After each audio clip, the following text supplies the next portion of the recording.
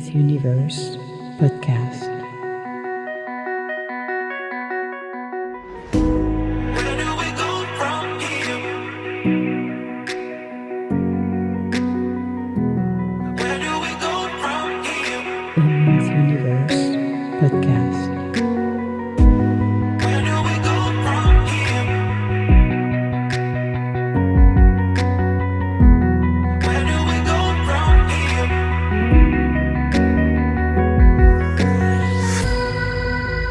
Emma's Universe podcast.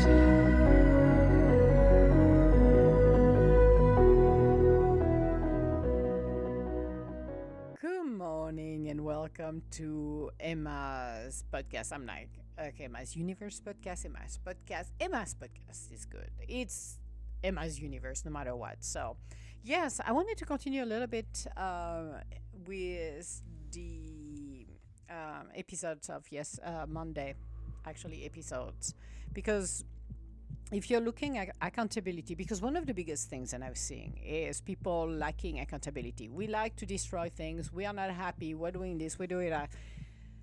Your actions are all yours, guys. So when you go on the street and destroy things, or loitering, or setting up fires, or whatever you're doing in purpose that will generate chaos, it will come back to you 10 times fold, but it is your responsibility at the end of the day. There is no excuses on, oh, but I had this, so I was in a bad mood, blah, blah, blah.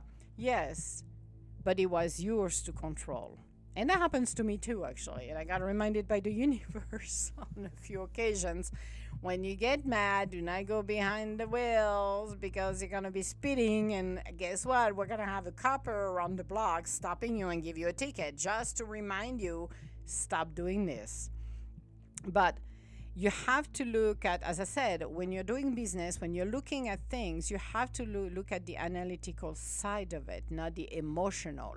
Now, people that are being put in power right now are being approved by Congress. That, to me, are essential keys to people that will help to sort out the mess that's been happening. We need to streamline things. And a lot of people are afraid because they know I'm going to be maybe losing my job, so I'm going to go against the grain. Well, you know what? If it's time for you to go for the reason of what it is, then it's time for you to go.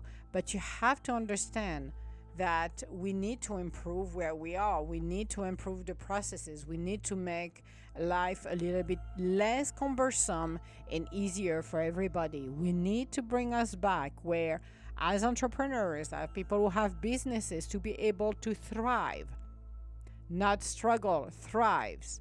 And that's the key.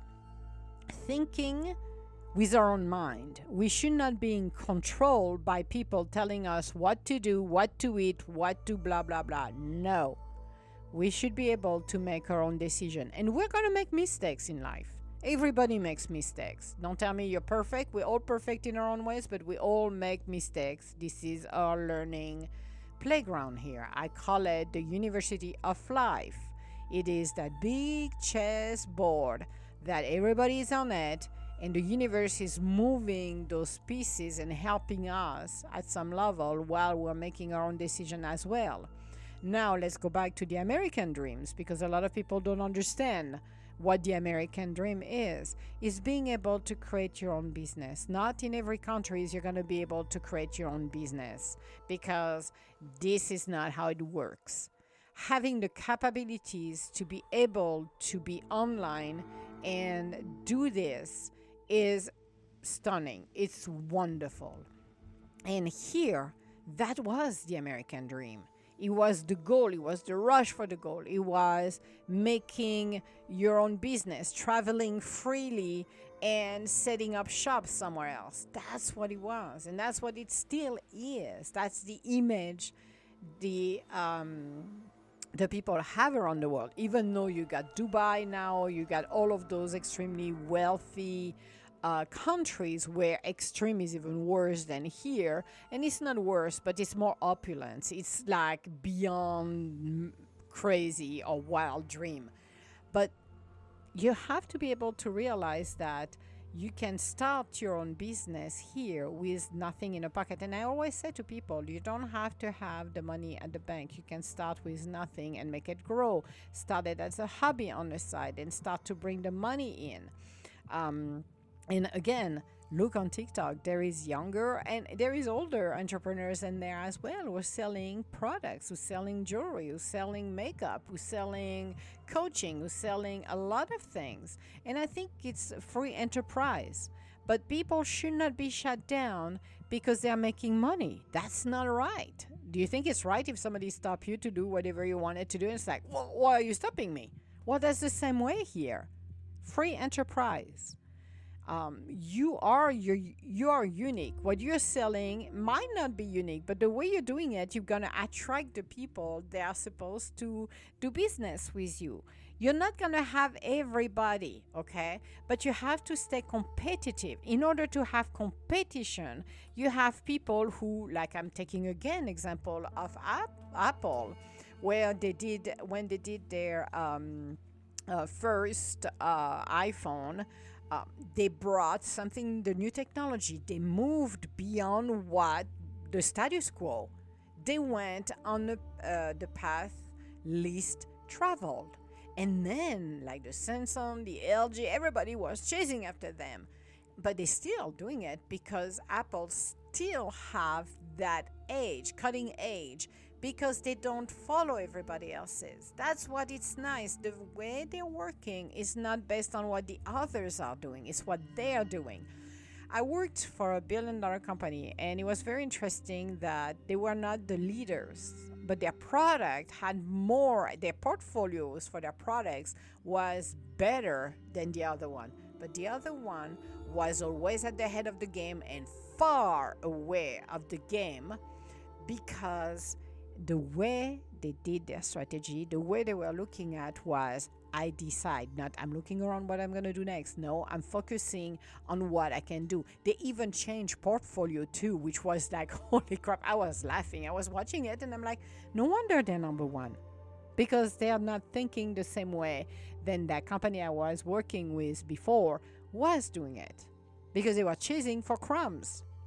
Everybody got everybody else's copy. Oh, well, they're going to go that direction, so we're all going to go in that direction. I would have gone a different direction. I said, well, I let you go this way. I'm going to go and do something else a little bit more interesting. I'm going to be on my own path.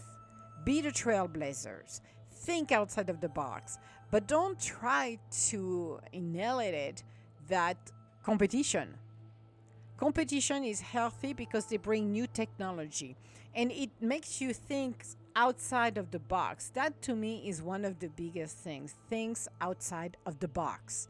So, when you're looking at TikToks, when you're looking at Facebook, those are distinctive, distinctive, different, even X platforms. They are all doing their own things. They are not the same. So if one platform wants to fight another, that doesn't make any sense. You don't shutting them down. They worked and autonomy with an autonomy that is different, but you can continue to make yours and evolving better. You can make good changes. You can do things that can improve. And as I said, otherwise do a spin-off or something else. Do something else that maybe you need to have it in order to continue what you're doing. But trying to utilize false narratives doesn't work. The same if you are a CEO of a company and you have been, I will said, I don't want to say discover because that's not true, but truth come out that you have do censorship, you have do things and try to play the victim. This is what I wanted to talk about, the idea of being a victim. And you have been victimized and you do this and you do that. And it's like, you know what? At the end of the day, that is your company. You decided to be a coward and do things differently. That's your prerogative. If you want to bend over and be a flat, like you got flat out, that's your problem. If you open the door for other governmental organization to do things, to spy, to do things that they should not be doing. And I'm talking not only here, but other foreign as well.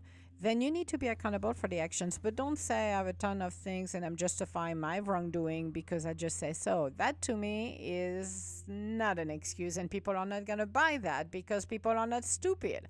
That's the problem at the end of the day. Sometimes people think that, we're trying to brainwash people. We're trying to make a world like a bunch of lambs, aka robot world. It doesn't gonna work, okay?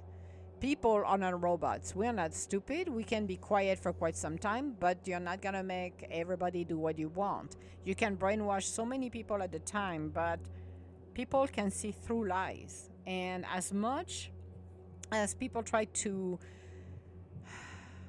savage their own faces and images, people are going to be responding. And right now, I can guarantee that little blue icon with a white letter is now I'm seeing across. People are boycotting it because they felt betrayed. And that's their responses. You have to really stand up your ground. If you're looking at Elon Musk, and I talked about it in previous podcasts, that he stood up his ground with X and he said, F you people, if you think you're going to get me with, we're not going to advertise on your platform. He did not give a crap. What he wanted, it was the freedom of speech.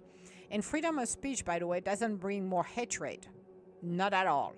It did not change most of the majority of the staff. So people need to understand that. Using excuses by censoring, the censorship should not be there to the level of, yes, I can disagree for what you're saying. I don't have to agree with what you're saying. I don't have to see your point of view either. But you have the right of speaking. The problem is in the majority of people, they don't even do their fact checks when they're talking. And I've seen it quite often, which is ridiculous. Or taking cheap shots because you're behind your computer and you think you can take a cheap shot because you're not capable to go in front of somebody and say what you really think. That's another problem too. But censorship should not have been there. Spying on people because they are voting a certain way should not be there, because basically you're hunting down the people, which is ridiculous. People being fired because you're not voting or you have your own mind, that's insane. People should be fired because they don't do their job, not because they are doing their job, but you don't want them because of their political affiliation. This is ridiculous. This is like hunting down, and this is what has been happening for 4 years, hunting down people for nothing. To me, it's like, wow, where are we going here? Because we're going to a dictatorship right now that wasn't good. And thank God that changed.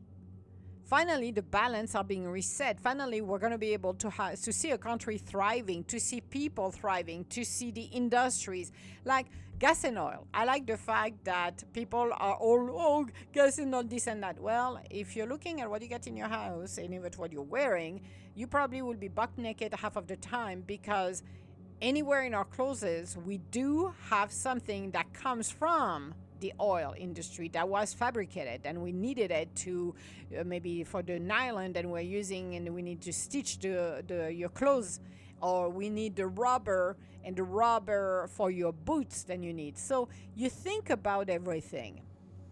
And those industries, we were number one. And I know because I wrote enough blogs about it. And I saw it 2 years before it happened. I predicted it. US will be number one when it comes down to gas and oil for the productions. And he did. And he brought millions of dollars in for not only in the industries, for the government because they pay taxes, blah, blah, blah, blah, blah, blah.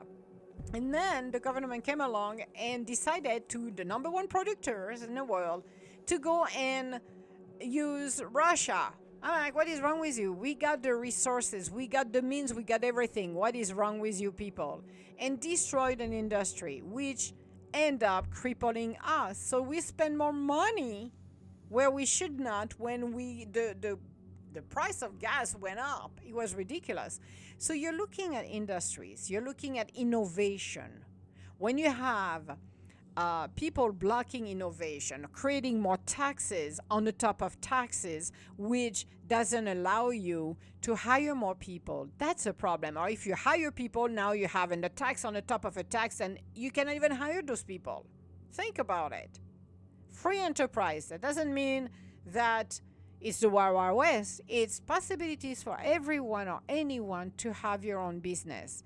I love the fact that TikTok is number one when it comes down to see. And I'm seeing it when I go and I see lives. I'm seeing it. And it's like, it feels good to see people of any age being able to sell their product. Okay? I love it. This is free enterprise. You want to create your business, you can start your business with your phone and you go online and you start to do your lives and you create your momentum. And maybe it's going to take a little bit of time to do it, but you create your momentum and you're doing it. And you're going to have your first buyer coming and they're going to be your first customers and you're going to get another one and another one and another one. That is awesome. And it's not limited to the one person. This is what is so interesting, is a portion of the one person doesn't want people to thrive on being an entrepreneurs.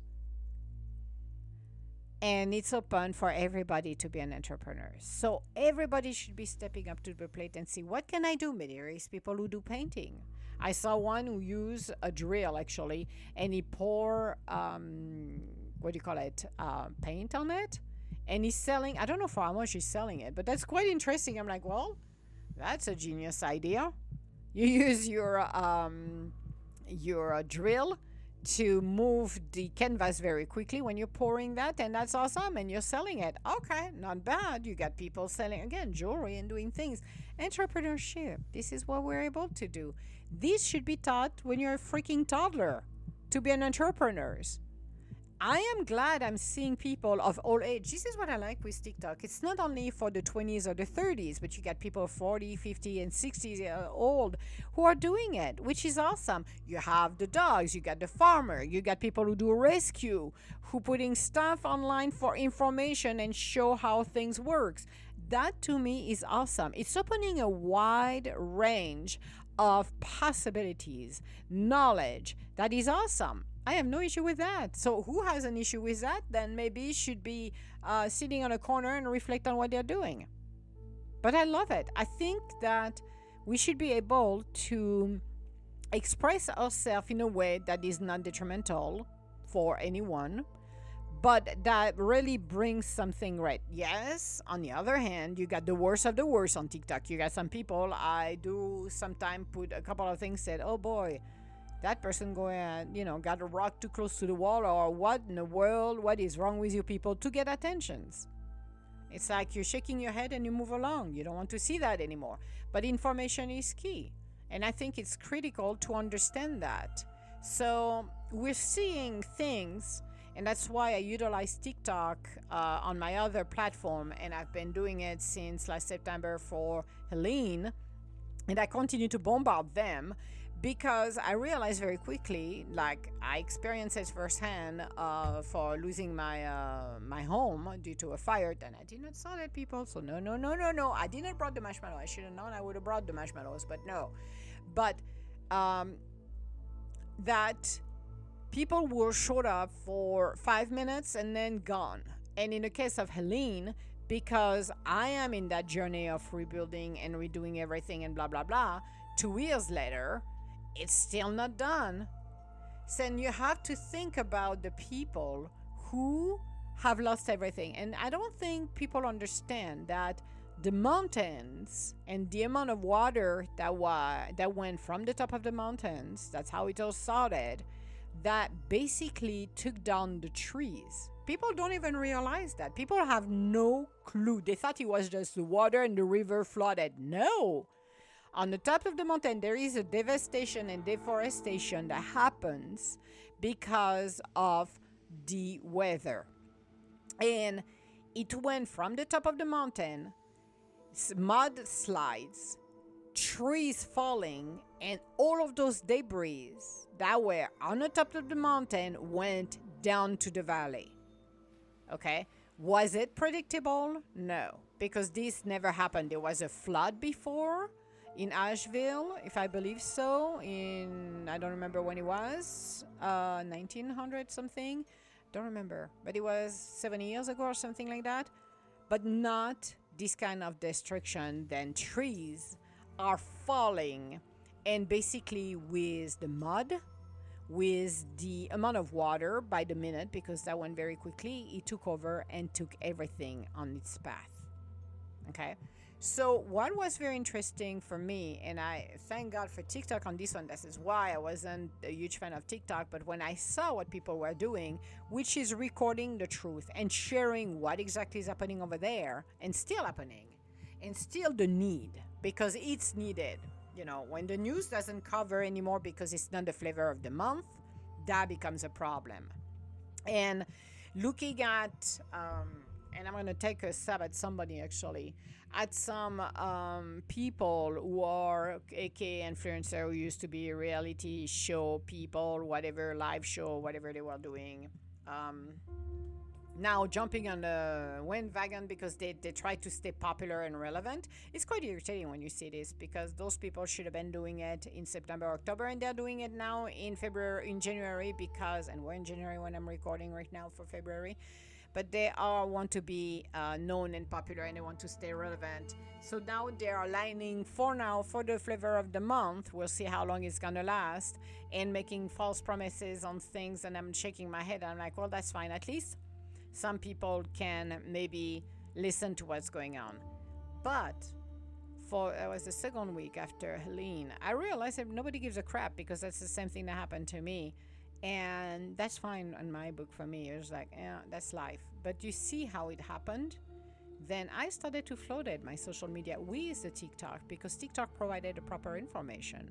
Not that misinformation where everybody is helped, everybody is safe, blah, blah, blah, which was a lie, which is a lie from the government, and really exposed the failure of the government and the failure of the Red Cross to have done their job properly. Because remember, the Red Cross had 40 shelters. They all shut it down with over 300 people, new mothers with baby, and no shelter because they got kicked out because they decided they did not make enough money. That's quite sad. But when you're looking at information, the information has to flow freely. Okay? It's easy to forget. I have millions of people looking in one of my social media, because this is what I provide, the right information. Because that's what people need to know, where they are right now, because nobody is reporting it. So think about where you stand in your life. Think about what kind of information are you listening to, because it's easy to get lost on false promises when you got people coming with their little logo on the business, their non-profit organization or whatever, and lying through your teeth. And you're going to say, oh, they're being taken care of, so no worries, when in fact they are not. That's a reality that have not been shown until now. So I feel like transparency is really starting to show, and it's about time, because people should not be used and abused freely when the truth is not even shown. That's one of the biggest things in my book and in my view. So this was our podcast for today. Yes, I know, very interesting podcast, because I'm talking transparency and a lot of things that people do not want to talk about, but that's the way it goes. All my love, guys, and I will talk to you later. Bye now.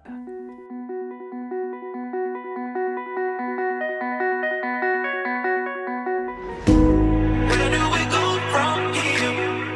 Emma's Universe Podcast.